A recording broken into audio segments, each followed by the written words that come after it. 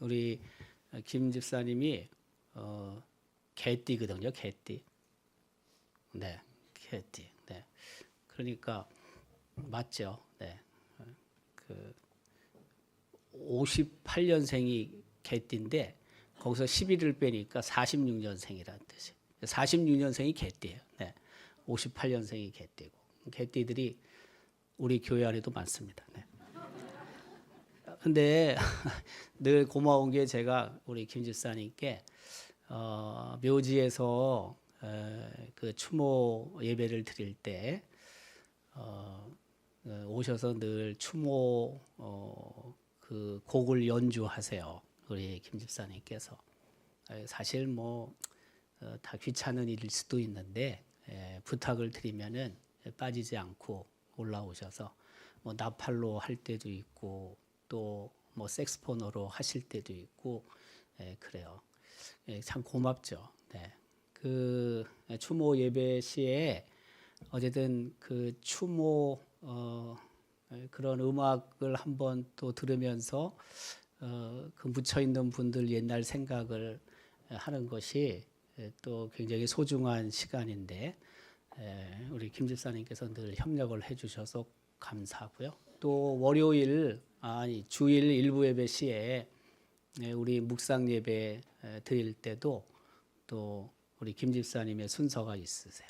그래서 집사님께서 연주하시고 또 우리가 묵상 하는 시간도 갖습니다. 아주 그 뭐 다양하게 악기를 연주하시니까 뭐 보통 사람은 따라갈 수가 없습니다. 근데 오늘 저는 그 귀한 걸 알았는데 한 100년 된 그 바이올린이 댁에 있다고 얘기를 하시고 또 100년 전에 있는 악보도 있다고 얘기하시고 잘 알았습니다. 네. 그 이렇게 말하는 의미를 아는 분은 압니다. 뭐 그런 거 어디서 구하겠어요. 그게 근데 저는 찬송가 악보면 좋겠는데 찬송가 악보는 아니죠. 클래식. 뭐 클래식이면 어떻고 찬송가 악보면 어떻습니까? 100년 넘으면 됐지. 어쨌든 그 구하기 아주 힘든 것 같은데 잘 알았습니다. 오늘 우리가 가나안 족속 네 번째 시간인데 히위 족속에 대해서 좀 함께 나누겠습니다. 또 이상하네. 히위의 의미는 시골뜨기 중부 사람이라는 뜻을 갖고 있다고 합니다. 이유 중에 하나는 히위 족속의 거주지가 가나안 땅 중부 지역에 있었습니다. 저는 그렇게 유추합니다. 그래서 히위 사람들이 살았던 곳, 거주했던 곳이 가나안 땅으로 봤을 때 중부 지역, 특별히 세겜 땅에 이들이 살았거든요. 세겜 땅. 여러분 저기 보면은 이제 세겜이 중앙쯤에 있습니다. 중앙, 그죠? 중부 지역에 있다고요. 보면은 이제 북이스라엘 밑에 남유다, 북이스라엘 쓰여져 있는 글자 밑에 사마리아, 그리고 그 밑에 뭐가 있어요? 세겜이 있잖아요. 세겜이 그러니까 그 가나안 땅으로 봤을 때 중부 지역의 대표적인 도시예요. 그러니까 그 히위라는 이름의 의미가 중부에 사는 사람들 이렇게 아마 그 의미를 부여할 수 있을 것 같고 뭐 저 지역이 시골 같지는 않은데 왜냐하면 그 위에 사마리아가 있잖아요. 사마리아는 북이스라엘의 수도잖아요. 그러니까 그렇게 시골이라고 보긴 좀 어려울 것 같긴 한데 어쨌든 그런 의미를 갖고 있습니다. 그 히위의 족보는 우선 그 가나안의 후손인데 가나안의 아버지는 함의 아버지는 노아잖아요. 그러니까 노아의 손자가 가나안이거든요. 그 가나안의 후손이 히위라고요. 히위. 그 히위 족속에 쭉 올라가면 가나안이 나오고 함이 나오고 노아가 나오는 거죠. 그 창세기 10장 15절부터 18절까지 우리가 읽었는데 바로 그 내용이 기록이 되어 있습니다. 그 거주지는 가나안 땅 산악 중앙지대 세겜에 주로 살았습니다. 창세기 34장 1절 2절 기록에 의하면 히위 족속이 가나안 땅에 있는 세겜에 살았다는 것을 유추할 수 있습니다. 레아가 야곱에서 낳은 딸 디나가 그 땅의 딸들을 보러 나갔더니 히위 족속 중 하몰의 아들 그 땅의 추장 세겜이 그를 보고 끌어들여 강간하여 욕되게 했다고 기록하죠. 세겜이란 그 단어가 나오는데 저기선 사람의 이름이지만 그러나 그 사람의 이름인 동시에 그 지역 이름이기도 했죠. 근데 저길 보면은 창세기 지금 34장을 보면 히위 족속 중 하몰의 아들, 그죠? 그 땅의 족장 세겜 이렇게 나오잖아요. 그러니까 세겜이란 땅의 그 위에 보면은 히위 족속이 살았던 곳으로 우리가 유추할 수 있다는 거죠. 저 지도도 이제 그 내용을 우리에게 알려줍니다.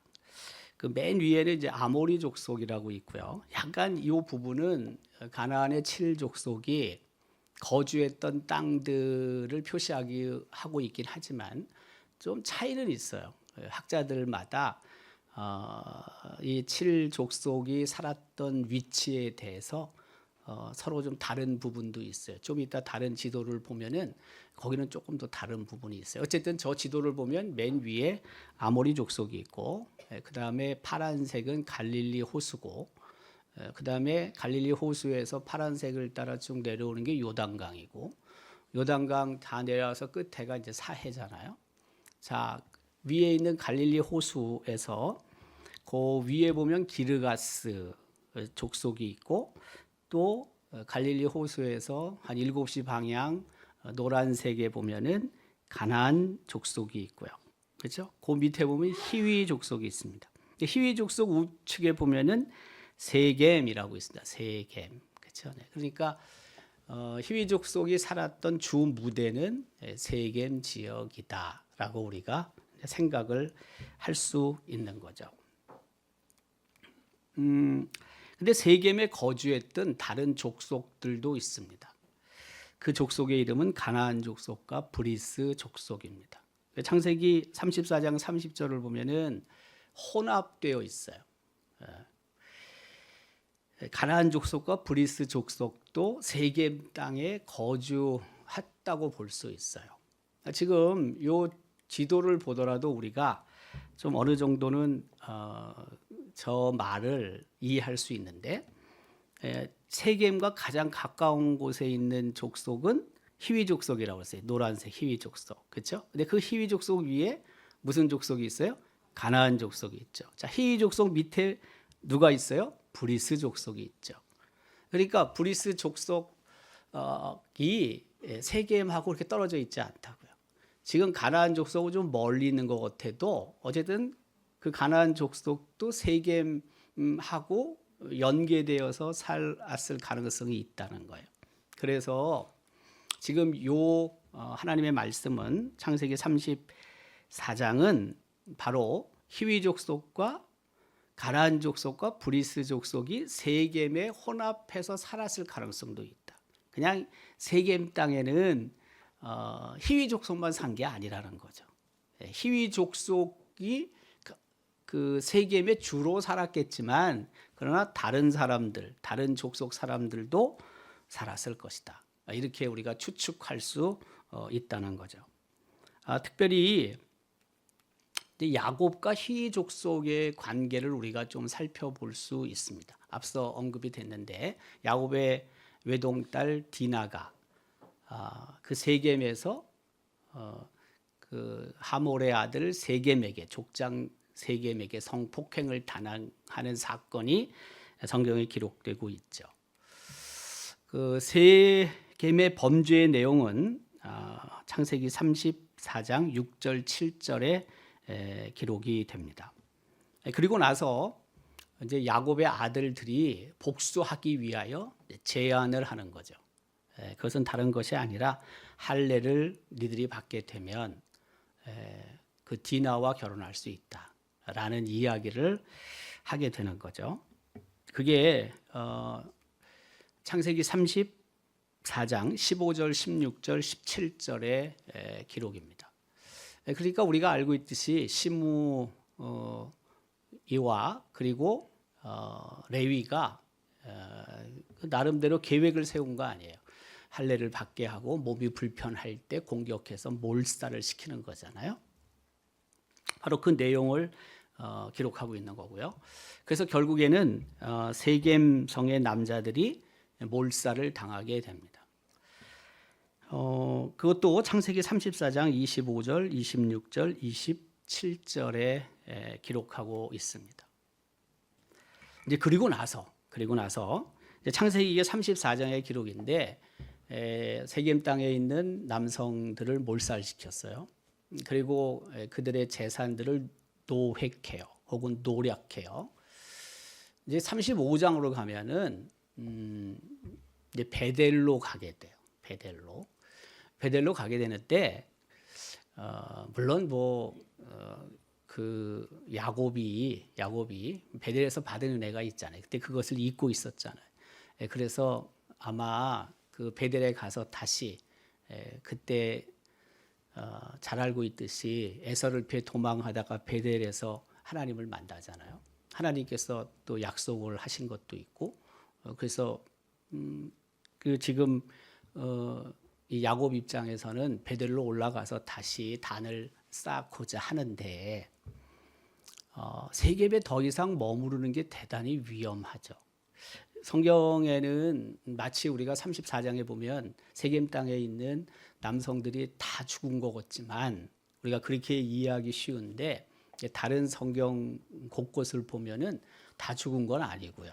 살아남은 사람들이 있었고요.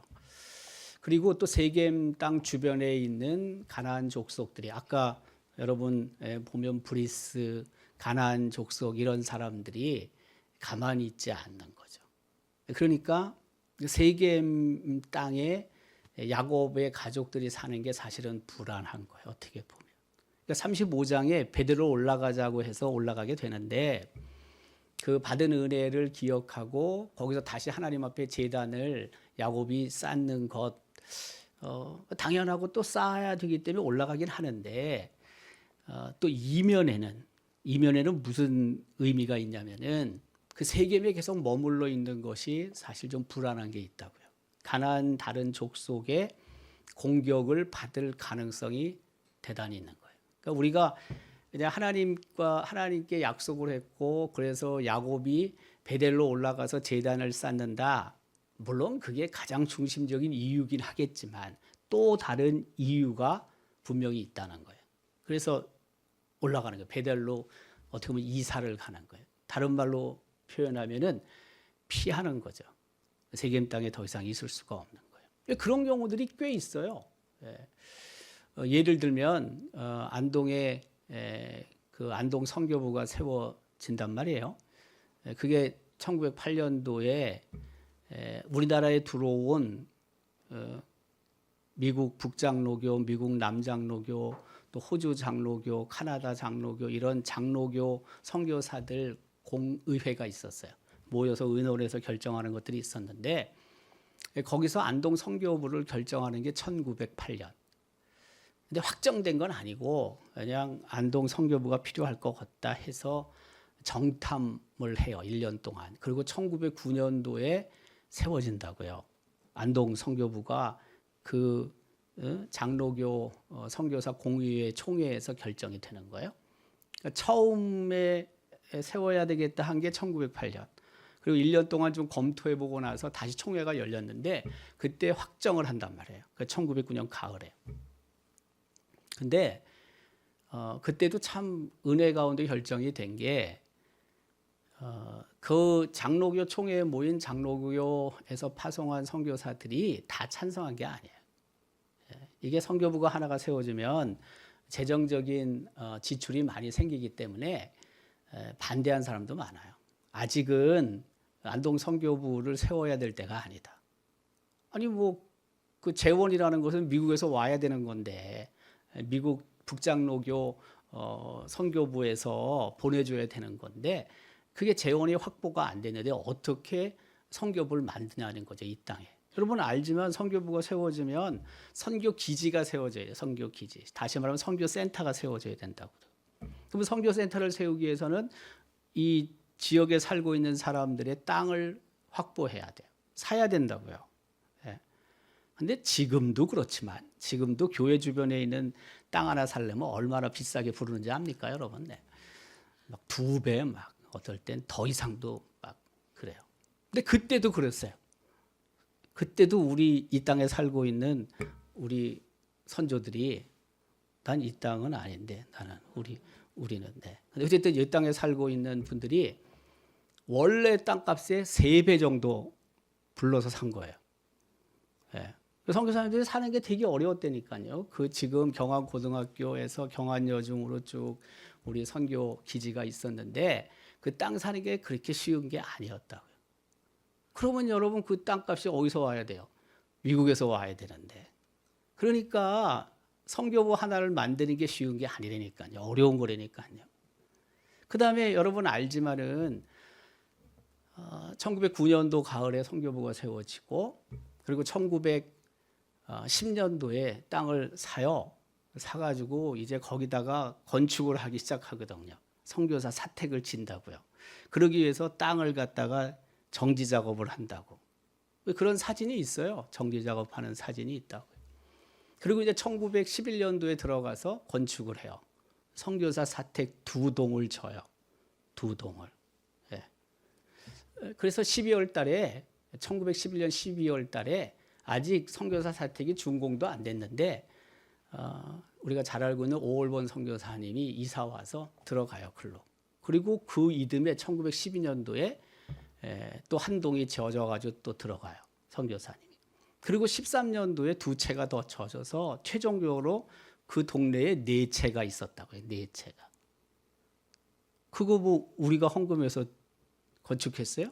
아니거든요. 땅도 사야지, 그 다음에 건축도 해야지.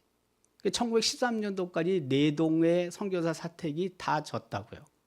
그리고 1914년도에 또 뭔 일이 있었어요? 성소병원을 건축한 거예요. 성소병원. 그게 1914년도예요.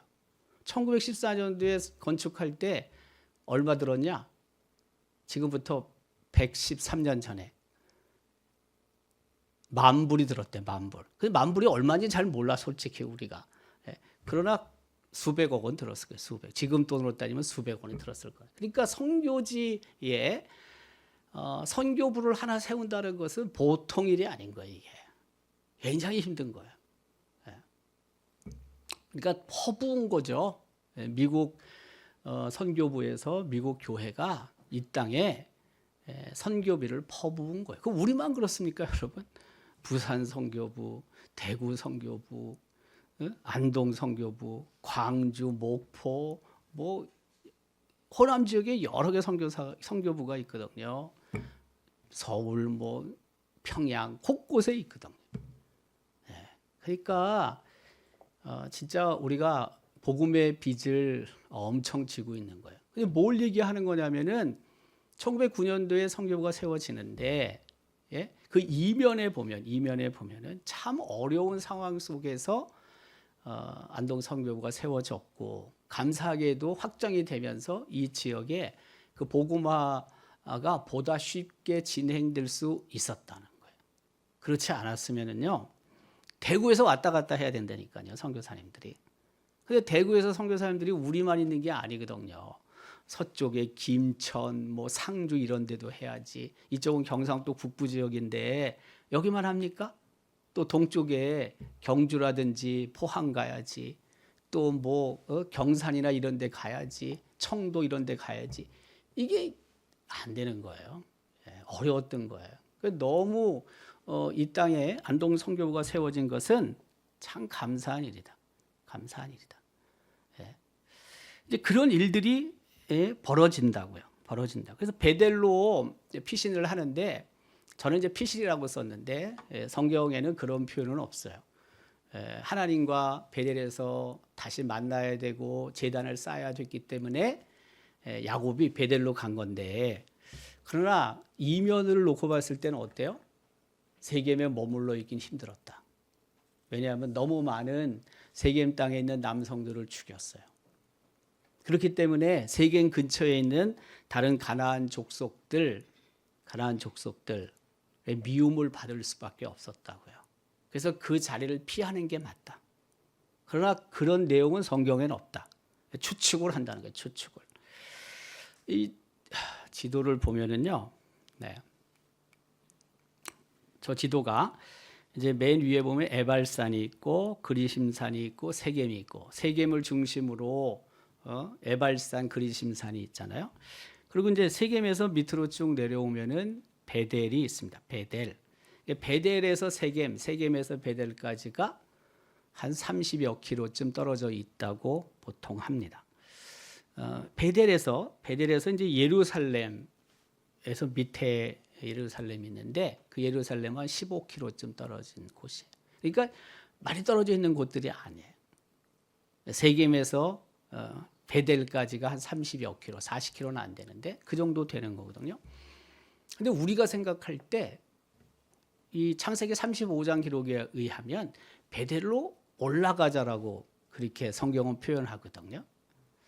근데 세겜이 북쪽이고 베델이 남쪽이라고요.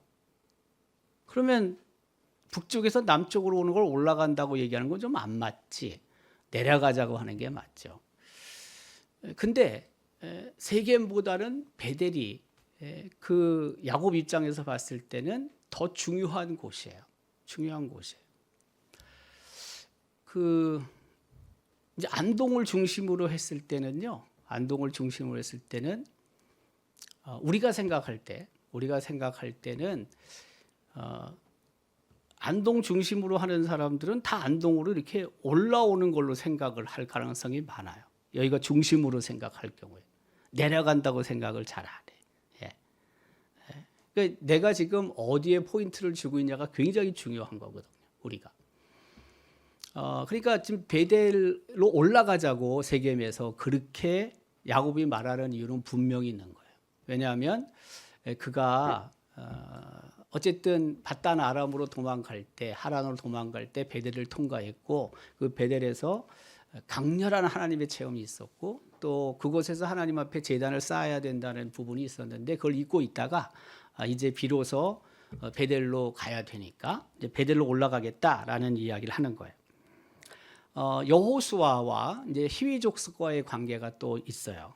그게 뭐냐면, 첫 번째 우리가 가나안 7족속을 성경에 계속 기록하고 있는데, 그 7족속을 하나님께서는 다 내쫓으라고 말씀하시죠.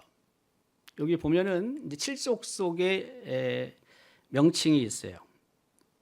여러분, 히위 족속이라는 게 나오죠. 근데 그 앞에 내용을 보면은 뭐 가나안 족속도 있고 헷 족속도 있고 이제 히위 족속, 그죠? 브리스 족속, 기르가스 족속, 아모리 족속, 여부스 족속. 반드시 이스라엘 백성이 가나안 땅에 들어가서는 내쫓아야 되는 가나안 민족들이에요. 요 지도는 아까 그 부분하고 조금 달라요. 뭐냐면 중앙을 보면 브리스 족속이 위에 있고 히위 족속이 아래에 있습니다. 중앙 쪽을 여러분 유심히 보면은 배치가 좀 앞에랑은 좀 다르죠. 앞에는 뭐예요? 히위 족속이 위에 있었거든요. 브리스 족속에 비해서. 그러니까 학자들마다 조금씩 차이는 있다. 근데 가나안 땅이 조그만 땅이거든요. 조그만 면적인데 뭐 정확하게 그 오래전의 지도로 딱 저렇게 그려가지고 있으면 좋은데 이제 그게 아니니까 여러 가지 것들을 감안해가지고 어쨌든 표현을 하다 보니까 조금씩 차이는 있을 수 있다 하는 생각이 들어요. 가나안 족속 입장에서는 이스라엘 백성이 쳐들어오게 되고 전쟁을 해야 되고 계속해서 강력하게 밀리다 보니까 이제 연합군을 조직을 해서 이스라엘 군대와 대항하게 되죠. 그래서 전쟁을 칠족속이 이제 준비를 하는 거죠. 그런 내용이 여호수아 9장 1절 2절에 기록되어 있죠. 근데 여기 지금 이렇게 기록해요. 이 일 후에 요단 서쪽 산지와 평지와 그다음 뭐예요?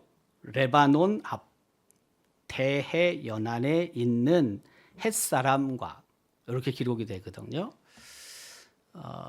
그 지명이 이렇다는 거예요. 지명이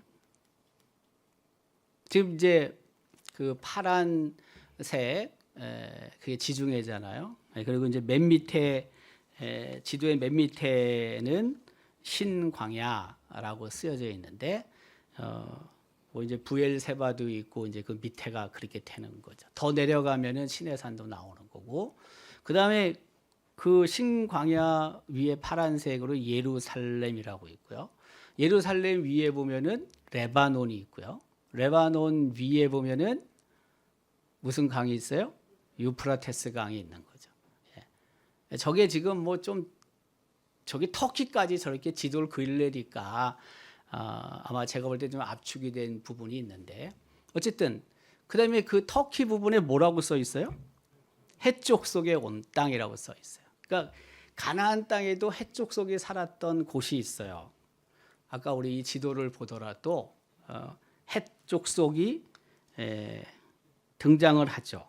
맨 밑에 보면 히타이트 헷이라고 써 있죠. 빨간색 히타이트. 맨 밑에 뭐 아말렉 족속이 있고 그 위에 보면 헷 족속이 있잖아요. 헷 족속. 그러니까 헷 족속이 여러 곳에 살았단 말이에요. 쉽게 얘기하면. 근데 어디도 살았냐면은 주로 어디 살았냐면은 이 지도를 보면은 어디 있었어요? 지금의 터키에 살았다고요. 아주 큰 땅을 차지하고 있었다고요. 그러니까 지금 헷 족속과 유프라테스 강과 레바논 그게 우리가 지금 읽은 여호수아 9장 1절 2절에 다 언급이 되는 거예요. 그러니까 가나안 땅에 살고 있었던 족속뿐만이 아니라 그 위에 있는 연계되는 가나안 족속 같은 동족들이 이스라엘 백성과 연합하여 이제 싸우게 된다 이거죠. 그런 전쟁이 이루어졌다라는 뜻이죠. 네. 근데 이제 우리가 여기서 등장하는 이제 기브온 족속의 속임수가 등장하잖아요. 네. 그래서 속이잖아요. 멀리서 온 족속인 것처럼 이제 속이죠. 그게 여호수아 9장 3절 6절이에요. 꾀를 내서 사신의 모양을 꾸미되 헤어진 전대와 헤어지고 찢어져서 기운 가죽 포도주 부대를 나귀에 싣고 그렇죠? 네.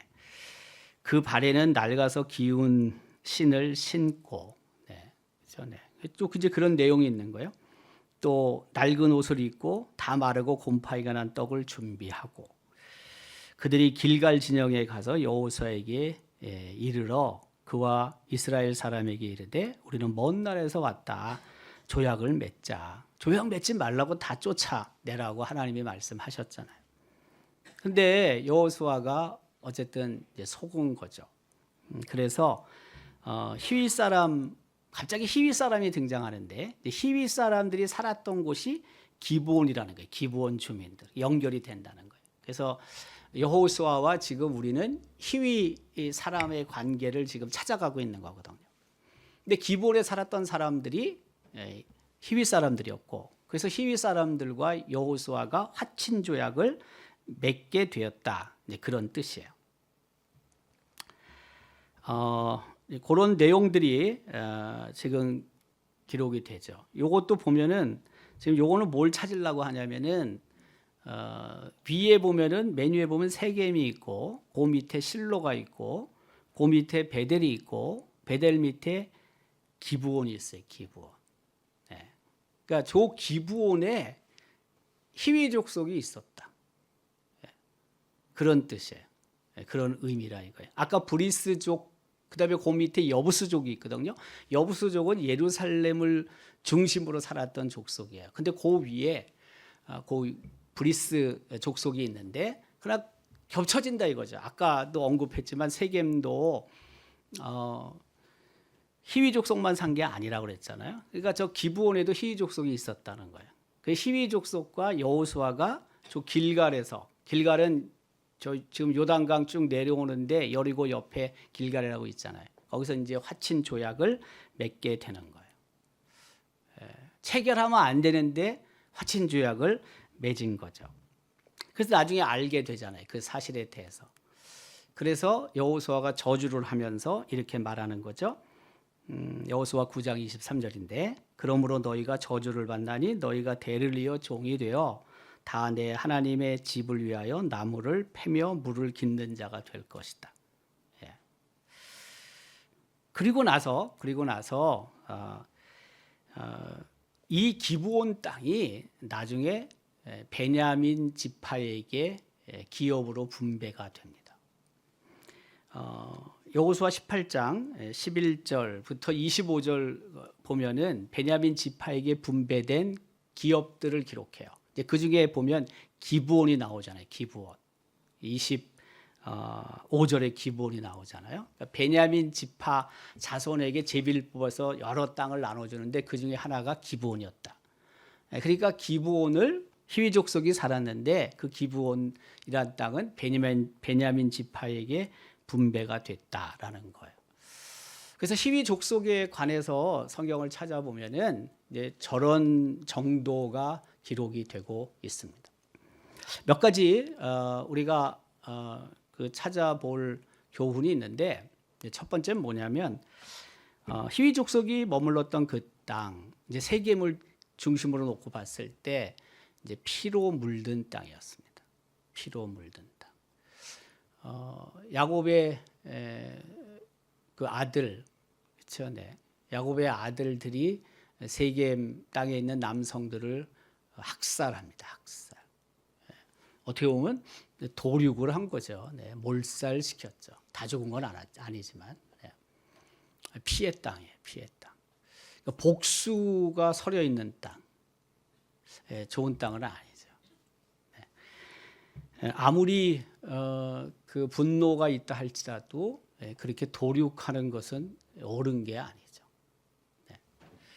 그래서 그 세겜이라는 곳이 시몬과 그리고 레위에 의해서 저질러진 엄청난 피해 사건이 있었던 땅이라고 볼 수 있습니다. 또 하나는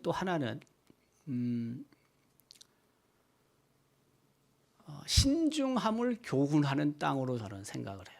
무슨 말이냐면 그 여호수아가 기브온 족속이 왔을 때 속아 넘어가서 화친을 하잖아요. 조약을 정하잖아요. 근데 하나님께서는 원하지 않으신 거잖아요. 가나안 땅에 있는 족속과는 절대 조약을 맺으면 안 되잖아요. 근데 여호수아가 신중하지 못했죠. 그러니까 그 여호수아 입장에서 사실 영적으로 굉장히 예민한 사람이고 깨어 있는 사람임에도 불구하고 잠깐이라도 방심하면 신중하지 못하면 넘어가는 거예요. 그냥 우리도 똑같은 거예요.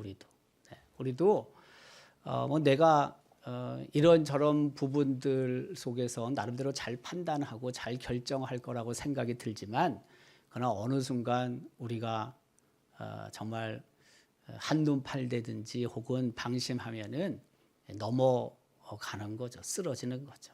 네. 여호수아도 그랬는데 뭐 우리야 뭐 오죽하겠습니까, 여러분? 네, 우리는 훨씬 더 그럴 가능성이 높은 사람들이죠. 그래서 어쨌든 히위 민족을 통해서 우리가 히위 족속을 통해서 느끼는 것은 다른 게 아니고 별로 긍정적인 게 없어요. 가만 보니까 긍정적인 게 없어요. 살육 당했고, 그렇죠. 네. 또 하나는 그 여호수아 입장에서는 신중하지 못해서 히위 족속이 기브온 사람들이 생명은 구하긴 했지만 그러나 성경 기록에 의하면 나무를 패며 물을 깃는 자가 되죠. 그 속임수를 통해서 생명이 부지된 건 맞지만 그러나 또 이런 위치에 놓이게 되죠. 어쨌든 어쨌든 우리 삶의 자리에서 하나님께서 우리에게 교훈하시는 것들이 몇 가지 있다. 그것은 무엇보다도 그 세겜의 그 범죄를 통해서 그 땅이 피로 물들게 되는데, 우리 삶의 자리에서 어쨌든 우리가 그 말씀에 의지하고 또 말씀을 붙잡고 그 죄를 조금이라도 줄여가는 그런 삶을 우리가 역시 살아야 한다. 그냥 방만하게 살다가는 그냥 이래도 죄 짓고 저래도 죄 짓고 그냥 죄 속에 그냥 빠져 있는 거예요. 그러다가 이와 같이 엄청난 일을 당합니다. 엄청나게. 속임수를 통해서 잠시 그 화를 면할 수 있을지는 모르지만, 그러나 결국에는 그 속임수를 통해서 더 어려운 입장에 빠질 수도 있어요. 더욱이 정말 신중함을 끝까지 우리가 유지해야 한다.